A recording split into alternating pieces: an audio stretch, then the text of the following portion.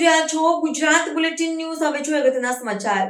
વિકલાંગ દિવ્યાંગ વૃદ્ધાશ્રમ વડીલો અનાથ બાળકો દ્વારા શેરી ગરબામાં માતાજીનું તેડું કરવામાં આવશે. નવરાત્રીમાં આ વખતે યુનિક થીમ સાથે શેરી ગરબામાં નરેશ બારોટની મંડળી ખેલૈયાઓને ઝુમાવશે. સમગ્ર ગુજરાતમાં આદ્ય શક્તિની આરાધનાના પાવન પર્વ નવરાત્રીની ગરબા પ્રેમીઓ કાગડોળે રાહ જોતા હોય છે. હવે નવરાત્રી પર્વને આડે માત્ર ગણતરીના દિવસો બાકી છે. જો કે ખેલૈયાઓ અને માઈ ભક્તો નવરાત્રી પર્વની તમામ તૈયારીઓમાં લાગી ગયા છે. ત્યારે દર વર્ષની જેમ આ વર્ષે પણ ખેલૈયાઓ સવાર સુધી ગરબા રમી શકે તે માટે શેરી ગરબા દ્વારા ખૂબ જ સુંદર આયોજન કરવામાં આવ્યું છે.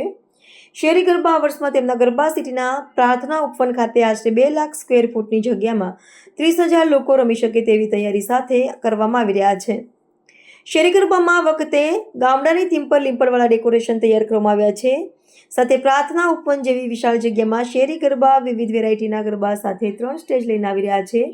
જેમાં એક સ્ટેજ વિલેજની થીમને આધારિત, બીજો કલાકારોનો સ્ટેજ જ્યાં ગુજરાતના સુપ્રસિદ્ધ કલાકારો આવીને માતાજીના ગરબા ગાશે અને ત્રીજા સ્ટેજની વાત કરીએ તો આ સ્ટેજ પર ટેકનો ગરબા થવા જઈ રહ્યા છે, જે ગરબા લવર્સ માટે એક યુનિક ગરબા રહેશે.